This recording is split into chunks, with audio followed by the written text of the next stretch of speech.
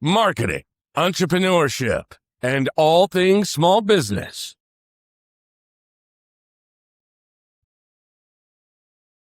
You're listening to the Jurassic Marketing's Triceratops.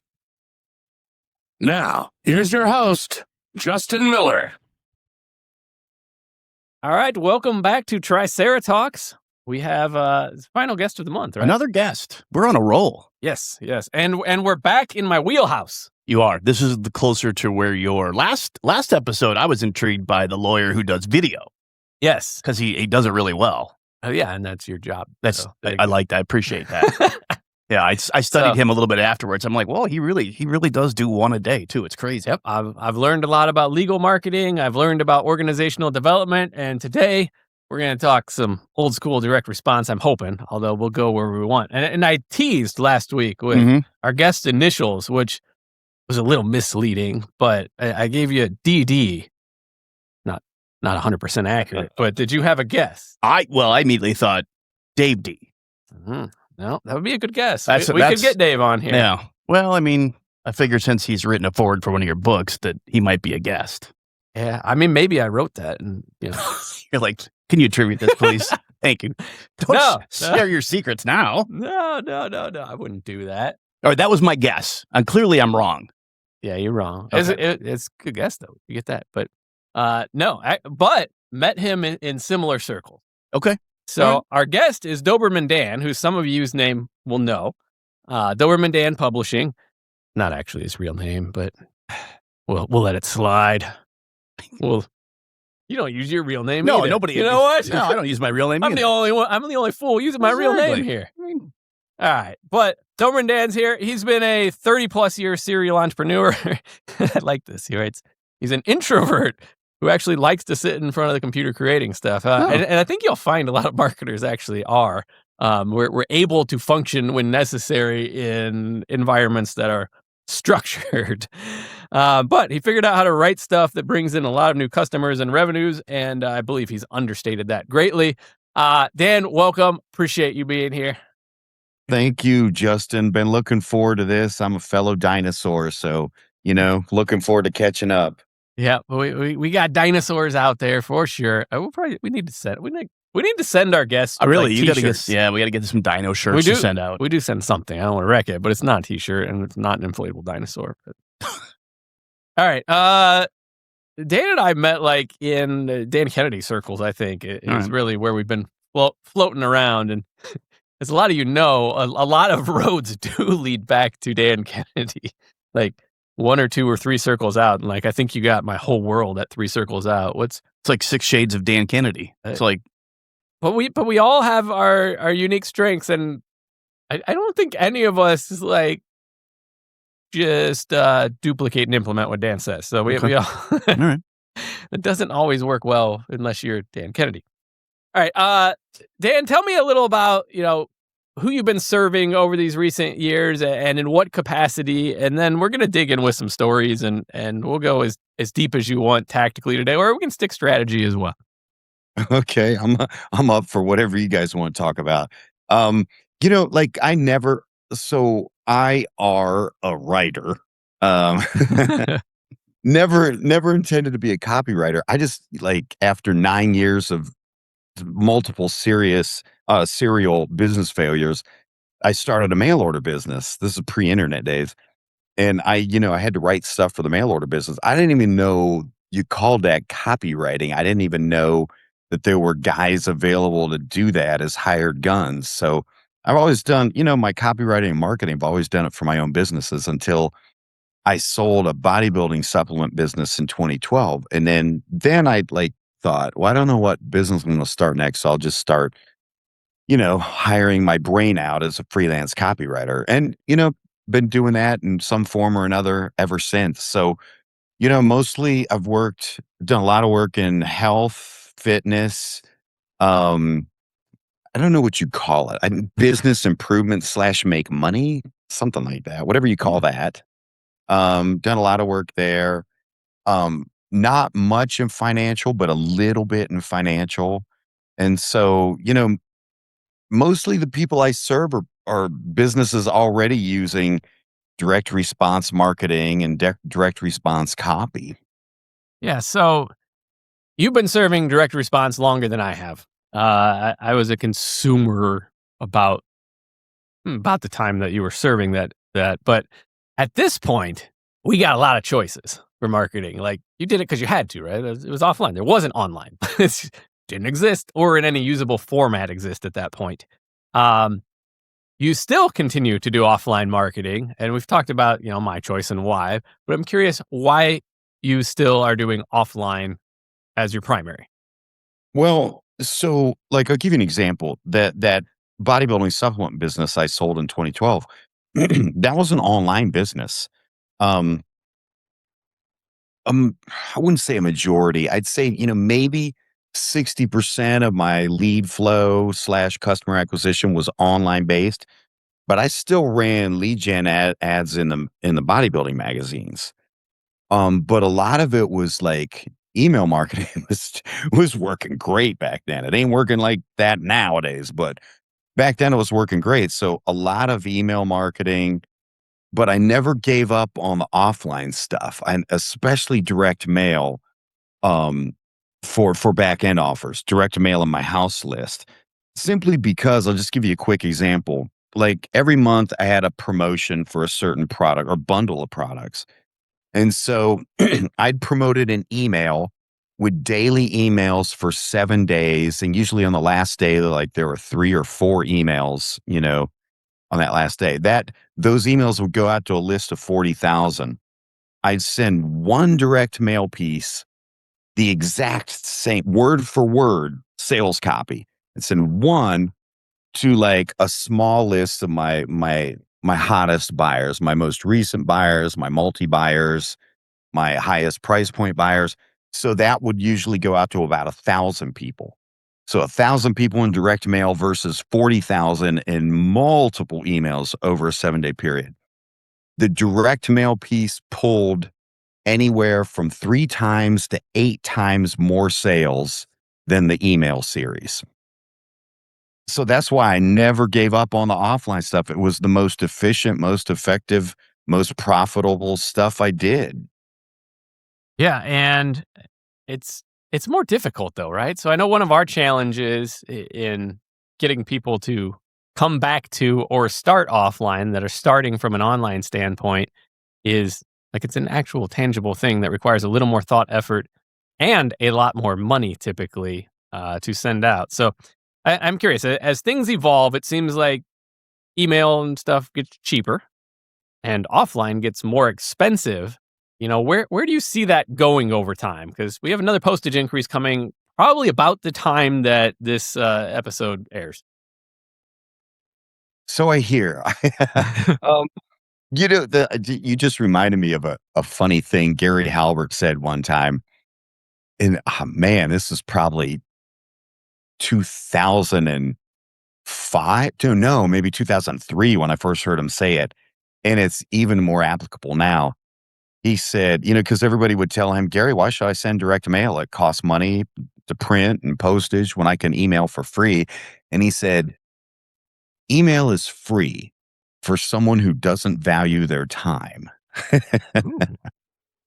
um, you know, for me, like the past 3 years, I've watched email delivery tank, open rates tank, response to emails tank. It is the hard. I have been using my first online business got online in late 1996. So those were the wild, wild west pioneer days of online marketing. So I've been using email marketing since 96. It is the hardest I've ever seen it now. Like people are having backflips if they can get, you know, 30% of the people to even open the emails. So that's why I've never given up on direct mail. It's just so much harder to ignore. Yeah, it costs money, but there are ways to mitigate it. So, the lowest hanging fruit, most sure thing you you can possibly do is to mail a back end offer in direct mail to your customer list, and if you really want to make it a slam dunk, you mail your most recent buyers, who are also multi-buyers. They bought more than one product, who also buy your highest price point stuff.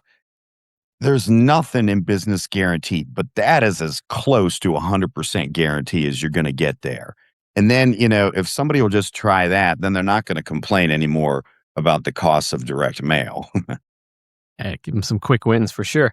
Let's talk a little more since, you're not dumb to this. You do email marketing as well. I'm kind of curious, the trends you're saying. You mentioned getting them opened harder. I'm thinking you left your Gmail logged in on the office computer here. So I see you have like 3,000 unread emails. Sure. In your primary inbox. I know. Not the spam one. And it's all stuff that I've subscribed to probably. Mm-hmm. So what are you seeing, decreased open rates? What other trends are you seeing right now in online, specifically email? I just think it's overwhelmed. I mean, like Kevin, the same thing with me. Like I subscribe to, I want to get these emails, I literally, but it's overwhelmed. I can't possibly keep up on these, so they get wholesale deleted. Apparently I'm not alone in that, so it's like I like alliteration, forgive me, I'm a writer, but I like calling it the cacophony of chaos in the inbox, right? It's inbox overwhelm, and it's so much harder to stand out in the inbox nowadays. And like, it depends on which vertical or which market we're talking about. But in the really mature ones, they have seen it all. There is no trick. There's nothing you can do that they haven't seen to try to stand out, and it's like, I wrote in my newsletter one time, it's like, everybody, all these people who have millions of dollars are out fishing in the ocean, and they have invested in the best fishing boats, the best technology, the best equipment, and they're all out there fishing. And like, I can't compete with that. But I found this little fishing hole, this little pond, and I'm the only dude there with a pole. And I'm just like, I'm just catching them one after one. That's how I view offline, specifically direct mail. It is so much easier to stand out. First of all, getting something physical in your hand. There's a study, the Millward Brown direct mail study that they did, MRI studies of the brain, and they compare a marketing message delivered digitally and read on a screen, same message word for word, read in physical. And in physical, it lights up all these centers of the brain responsible for spatiality, memory, all the stuff that generates all the buying emotions. So frankly, even if you're not very creative in the mail, you just can stand out that way. Yeah, and I preach that a lot. I try not to use the word you can be lazy with offline, but you can be a little bit lazier. Obviously, put more effort, it usually works better. But I'm hearing recurring themes between guests. Yeah. And they're all from different angles and different experience and even different media. What I'm hearing loud and clear, I can't compete with XYZ, but over here I own this. Yeah. This is my owned media, or I have your this own little spot honey online. hole. Yeah, exactly. And I think a lot of people starting out they miss that, or worse, they start learning some marketing and they start doing this crazy math in their head where if I get 1.2% response and I send out like 5 million of these emails, I'm going to be rich. So I'm kind of curious if you've had experience down there. So if you were starting email in 96, until you got shut down by your ISP, you probably could send those millions of emails. Can you talk a little about like the old online marketing versus new? Oh my gosh. Like, there weren't even programs like Clavio or Infusionsoft or whatever Infusionsoft is calling itself, Keep, or, Aweber. Those didn't even exist in 96. Like, I had to copy and paste the emails of people who had opted into my list. I had to copy and paste them into my personal email and only send like 50 at a time. What's funny is it was such a novel thing back then to receive an email, period. And it was like shooting fish in a barrel, man. I could send out an email and pretty much get a darn near 100% delivery, 100% open rate. And as far as making sales, that was a bodybuilding information product business that was my mail order business, but then I took it online in 96. And so I was selling info products in hard copy, no PDFs. I don't even think we had PDFs back then.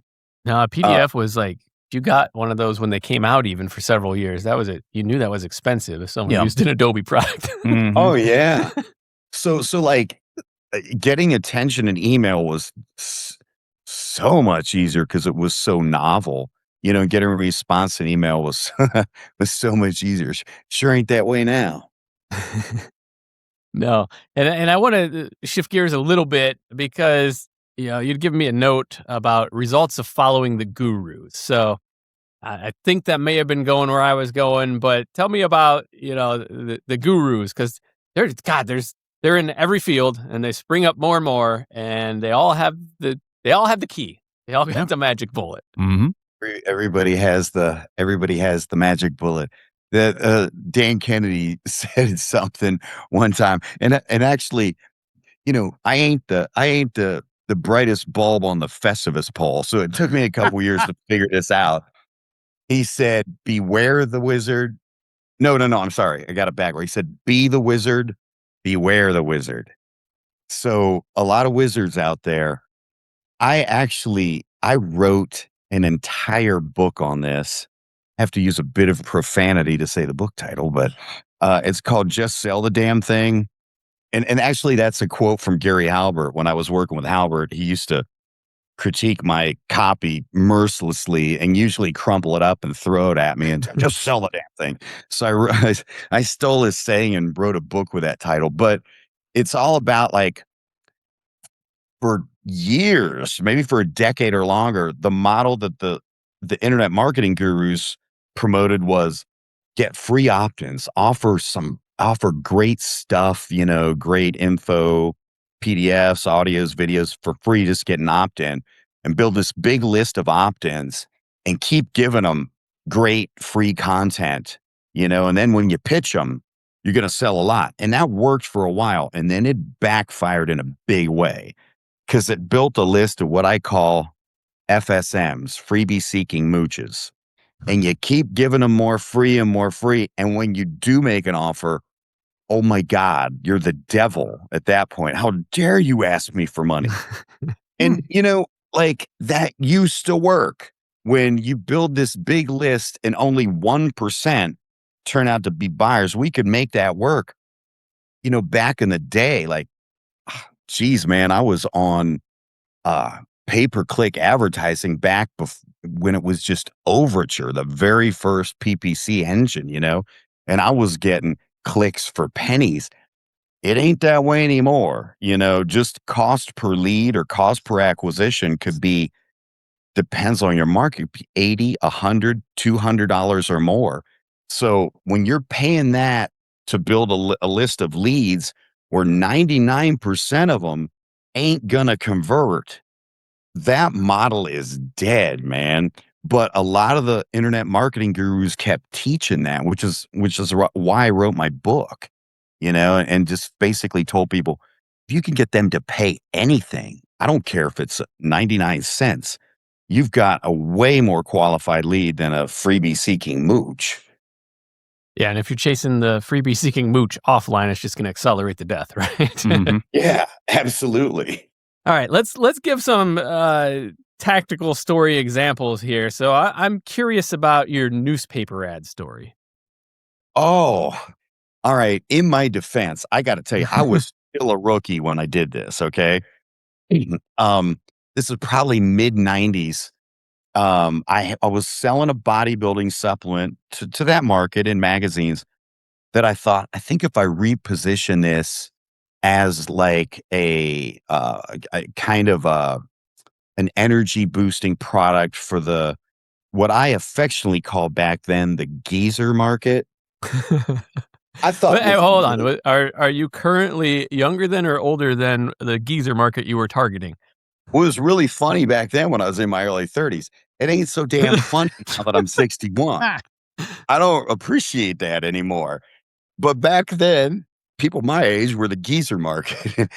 And that was the people reading newspapers and buying from newspaper ads. So, um, what I didn't understand, like when I was running ads in the muscle magazines, I would get, depending upon the magazine, anywhere from a 3x to 6x return on advertising spend. Now, I didn't understand that that was highly unusual back then because I was brand new. I thought that was normal. So I ran it I ran it as an energy boost or whatever it was in the newspaper ads as a test, and it came back at break even. In other words, whatever, invest 2,000 for the ad, it brought back 2,000 in sales. I thought that was a horrible, horrible failure, and I never rolled out. What I didn't realize, you and I, we'd be having this conversation today with me on my private island if I would have understood that I had stumbled upon a way to, I mean, back then newspapers were still huge circulations. I'd stumbled upon a way to get literally probably millions of customers for free for a supplement business. And I really truly believe I, I literally could have made enough money to buy my own private island, small island. But, I screwed it up because I was a rookie and I didn't realize you are not going to make money on your customer acquisition in any medium. I mean, like it is highly, highly, highly unusual for that to happen. You got to be prepared. If you just get customers at break even, you're basically getting customers for free. Yeah, I think a lot of people miss that, and I got it summed up in a sound effect. We have that. Been looking for a reason to use that. It's That's perfect. Right. Now you found one. You can still have an island. It's just going to be in the Mississippi by us over there. A little muddy. Yeah, the water's not Cold, nearly as very clear muddy. for sure. All right. Tell me about the gym bag mailing. This also piques my curiosity. Okay, this is also that bodybuilding supplement business. I told you I'd send a direct mail promotion every month. And so one month I was thinking, oh, let me see. Can I get this down to 2 pages? I want to save some money. And then I realized, wait a minute. I spent anywhere from $80 to $100 acquiring these customers. Why am I trying to be so cheap on my direct mail? So, like, I had an immediate paradigm shift. I thought, the people I'm going to mail are my best customers. I don't want to be cheap with them. I want to send something that really gets attention. And so I found these leather gym bags. They looked pretty swanky to me, but I found a wholesale source for them where they were only $12 a piece.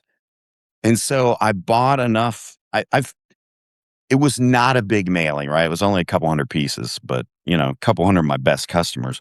So I bought a couple hundred of those gym bags. I put a personalized letter in there. I'm trying to think what else went in there. But I mean, the gym bag alone got attention. And so they went out in the big priority mailboxes, and inside the gym bag was the sales letter. And it was an offer for, I'm going from memory, so don't quote me on the price, but I'm pretty sure it was around a $500 a month continuity program, which in that market, that was a lot of money. Like most people were probably spending 50 to 60 bucks a month for any kind of supplement continuity. That was a big ask there. It was like a bundle of products. And I got some crazy high closing rate. It was like over 35% took me up on that offer. And so with that one mailing, I had generated tens of thousands of dollars extra a month in continuity. And it's just because that's the kind of stuff you can do in direct mail to really stand out and get attention. And so granted, I mean, like, it wasn't the cost. It wasn't a buck per letter. It was the $12 for the gym bag, whatever priority mail was back then, $7 for that, whatever for the multi-page sales letter. But, it stood out. They had never received a mailing like that. And most people still haven't. Probably not. Yeah. I mean, I think I can still recite everyone that's sent me a bulky item that's worth more than $10 since I started this company. You know, I can count them on both hands. And I'm tied into marketing circles. Like we all know these things. Not many people actually do them. All right, we've gone over time, but you got 5 more minutes? Oh yeah, Because I got enough prompts here that I say it the piqued two of my you- curiosity. I'm just sitting listening to you guys talk. This could go on all day. No, I got kids to pick up at some point here. But all right, and by the way, like Dan is still like in the gyms. Like I would declare it powerlifting. I don't know if it technically is or not, but I feel pain when I see his pictures of stacks of weights. No, I believe that. Yeah. I got just one that's the medium size. I'm in that same boat. I get it. All right, tell me the AG story. Oh, okay. So I can't disclose the name of the client because everybody would know the name because they recently were bought out by a big investment firm and they've gone public, national TV commercials and everything. But when I was working with them, they were still an entrepreneurial run company, completely online based. And I had the crazy idea of, hey, let's try some offline stuff too. Won't that be fun? And so we put together a promotion for a package deal. I think it was three nutritional supplement products. We promoted it in email every day. They were getting direct mail timed to arrive that week and everything. And then follow-up postcards. And nobody ever wants to do this part, but it works so crazy good. And follow-up phone calls. And I think from, again, don't quote me because I'm going from memory, but between all that stuff coordinated together, both online and offline, I think we generated like an additional $80,000 a month in continuity. Again, just, I mean, just a cool million. I mean, I call it fusion marketing, just combining online and offline together. It seems like I talk about that a lot and nobody ever does it, but it just works like crazy. Yeah, and I'm comparing like the markets you've worked and the markets I work. So we primarily deal with professional service providers where one front end transaction is worth $2, $4, $5, $10, $15,000. And you're working in supplement markets where, you bundled to find a way to get that price point up, but you're making it work in a much more difficult math setting than most of the people that will be listening to this. So I'm curious if you can talk about the math of it a little bit.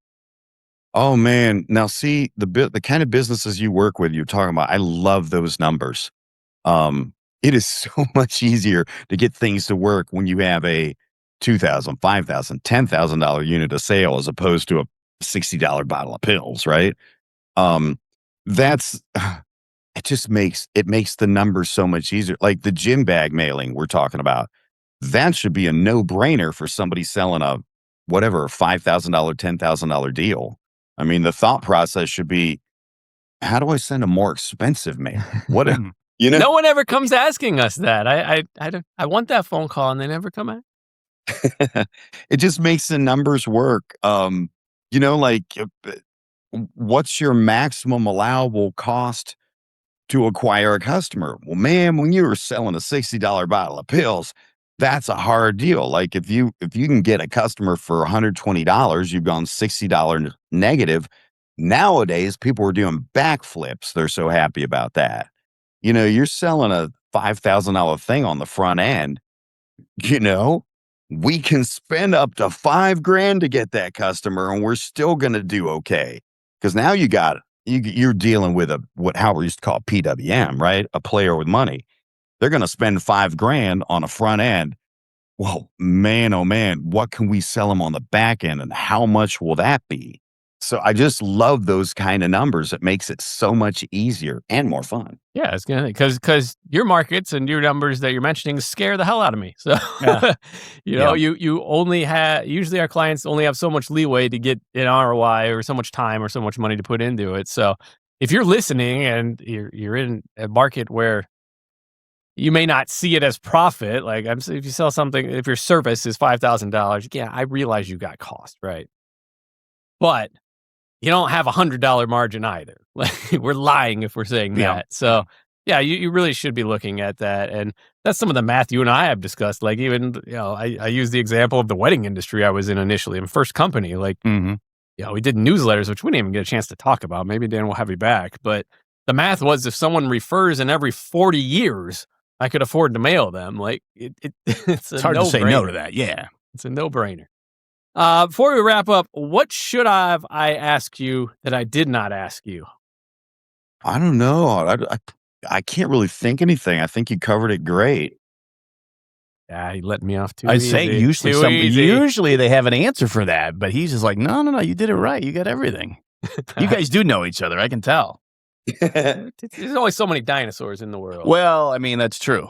I wouldn't know that because we didn't send him a shirt. If he was wearing a dinosaur shirt, I'd know. Kevin, you don't even wear the dinosaurs. No, I don't. That's true. I don't even get a dinosaur shirt, so don't feel bad. You just invented a new campaign for me. So before we sponsor an event, we typically have a list of people that have been at the same event before. Oh, yeah. We'll send them all shirts and we'll bribe them to wear them at. Yep. See, there you go. Slam dunk. I just want some kind of credit at the bottom of the page in like 2-point font. Nope, you get a shirt. I get a shirt. That's awesome. All right. Dan, if people want to learn more, reach out. We didn't even talk about what you do and how you can help people, but you have like an awesome newsletter and you do have good content. So how can they learn more about you? Oh, the best way to get into my world is just go to my website at dobermandan.com. And if they opt in on the list, they're gonna be put through a process showing you what you should do with your brand new leads instead of giving them free content ad infinitum before you sell them something. You might actually ask them to take some sort of action? Ooh, really? Wow. Yes, we're warning them up front. We're practicing what we preach here. I like it. Sometimes it's easier said than done. We catch ourselves every once in a while here. Dan, thank you for being a guest. I greatly appreciate it. And yes, we'll have you back on because I got more notes and I got more questions and we just don't have time. So thanks again. We come back next week. We have surprise. I think so. Yeah. All right. So that means we don't know yet at the time of this recording. See, you didn't play that off well. We recorded them about a month in advance. That's right. But if they want to be a guest, how do they do that? They want to be on the show. All you gotta do is reach out. I'm easily findable. It doesn't mean I respond easily, but just email me and say, hey, podcast guest. Or text us. I see those too. You can text our office number. But yeah, you can be on here as long as you have something worthwhile. If it's humorous, it's even better too. So I knew Dan would have good stories too. So, all right. We'll be back. Make sure you like, subscribe, share. We need more people than me and my mom and brother watching and listening to this. And if you're tuning into the audio version, hey, check out the video version sometime. It's a lot of fun. We'll be back next week with some undisclosed topic. Thanks for listening to the Triceratops podcast. Be sure to subscribe and leave your comments. For more information on how Jurassic Marketing Direct Mail can help grow your business, visit JurassicMarketing.com.